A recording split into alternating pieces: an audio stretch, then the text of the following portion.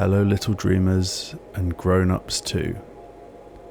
Tonight on Benny and the Bedtime Clouds, we'll meet a girl who catches clouds in jars, tiptoe into a hidden cave where bluebells sing lullabies, hear a story from a tortoise who remembers the first tick of time, follow a magical umbrella that always finds the sun, and end with the sound of a harp played by hummingbirds at dusk. Ready? But before we start, let's do our sleepy breaths. Smell the strawberries.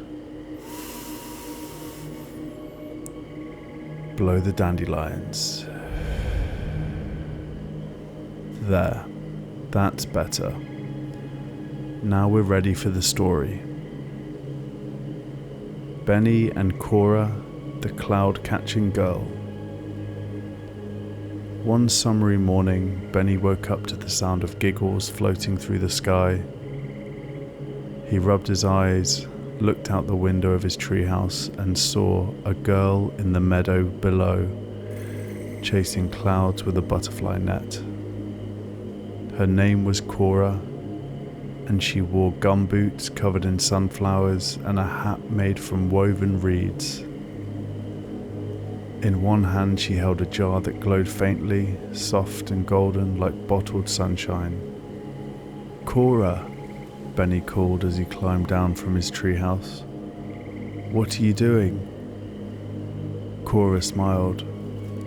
"I'm collecting the fluffiest dreams I can find. The kind that drift too low and forget to float." Benny blinked. "Dreams? She said. "Some clouds aren't just weather. Some are wishes. Some are memories. Some are sleepy thoughts from faraway children. But only the gentlest ones can be caught." Benny followed her across the meadow, where the wildflowers hummed lullabies and bees waltzed between poppies.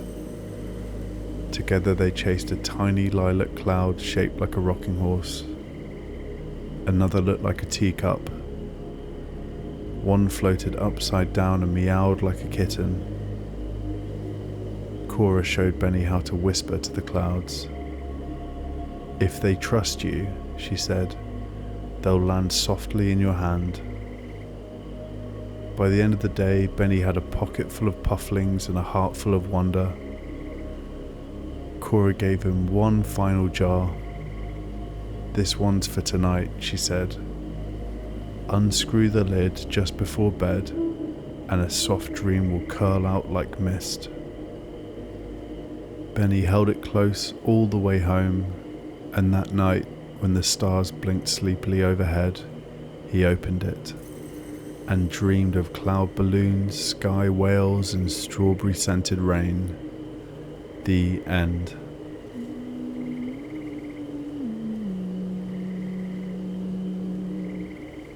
Benny and the Sleepy Bluebell Cave. That afternoon, Benny wandered into the valley beyond the hill, where the grass grew thick like a soft summer quilt. He'd heard a rumour, whispered by a dandelion, that there was a cave nearby where the flowers never stopped blooming, even in the shade. He followed a line of dragonflies until he reached it.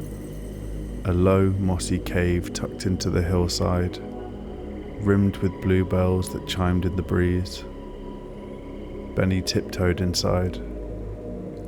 The air was cool and sweet, like cucumber water and rain on warm stones. Bluebells draped from the ceiling like sleepy chandeliers, and their soft petals glowed with a faint silvery light. A little hedgehog in a velvet waistcoat blinked at him from under a fern. "You're just in time," he said. "The cave is about to hum." "Hum?" Benny asked, puzzled. The hedgehog nodded. "Every afternoon when the sun kisses the stones just right, the bluebells begin their lullaby. It sends all the forest creatures into the most delicious nap. Sure enough, as the sunbeam crept in through a crack in the cave roof, the bluebells began to sway. Ding, ding, ding. A dreamy hush fell over everything. Tiny rabbits curled into mossy cushions. A fox yawned 3 times, then tucked its tail under its nose. Even the butterflies folded their wings like tiny tents and fell asleep mid-flutter. Benny sat beside the hedgehog, eyes growing heavy, the lullaby wrapped around him like a bluebell blanket, soft, slow, and full of summer. And just before he nodded off, he thought he heard the cave itself sigh. The end.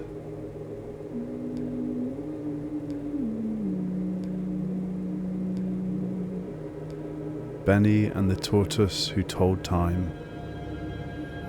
Benny was sitting by the pond, his feet dipped in the water, watching the lilies nod in the breeze, when an old tortoise ambled up beside him. She wore a necklace made of tiny sundials and had a clock-shaped patch on her shell. "Hello," Benny said politely. "Hello indeed," said the tortoise with a slow smile. "Would you like to hear a story about the first tick of time?" Benny nodded eagerly. The tortoise curled herself into a shady patch and began. "Once," she said, "long before clocks and watches, the world was very quiet. Days came and went like drifting feathers, but no one ever knew what came next. Then one summer morning, a tiny bird called Pip decided she wanted to know when things would happen. 'I'll count the sunbeams,' she said.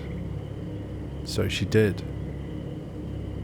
1 sunbeam for morning yawns, 2 for dew on leaves, 3 for the first bumblebee buzz, 4 for the breeze that rustles the daisies." Soon, Pip was teaching others. "When you see the 7th sunbeam," she chirped, "it's time for a nap." And when the 11th arrived, it was story time. The trees listened, the clouds listened, even the moon waited to be counted. That's how time began, not with ticking, but with noticing. The tortoise smiled, and we old ones still measure time that way, by what the world is doing, not what the hands on a clock say. Benny thought about that, the way his own sleepy yawns always seemed to arrive with the lavender breeze. He looked around at the pond, now shimmering with late afternoon stillness. "Tick," said the tortoise with a wink. "Tock." The end.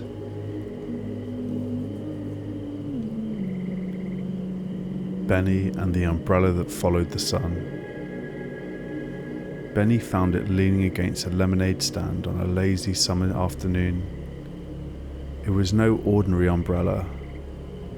Its fabric shimmered like dragonfly wings, and its handle was carved from polished driftwood.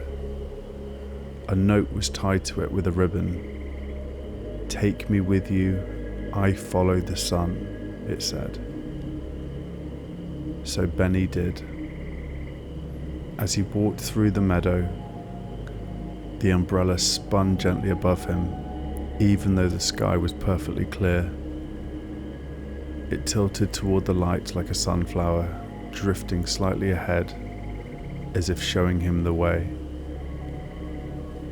Wherever the umbrella led, something magical happened. It brought him to a sleepy orchard where peaches fell with the softest plop, ripe and warm from the sun. Then down a silken hill where daisies sang in whispers and sunlight puddled at the bottom like honey. It danced beside a stream that glowed golden in the afternoon light, where fish leapt like liquid jewels. At one point, a small cloud wandered across the sun, and Benny felt a shiver. But the umbrella tugged at his hand gently, as if to say, "Don't worry, the sun's just playing hide and seek."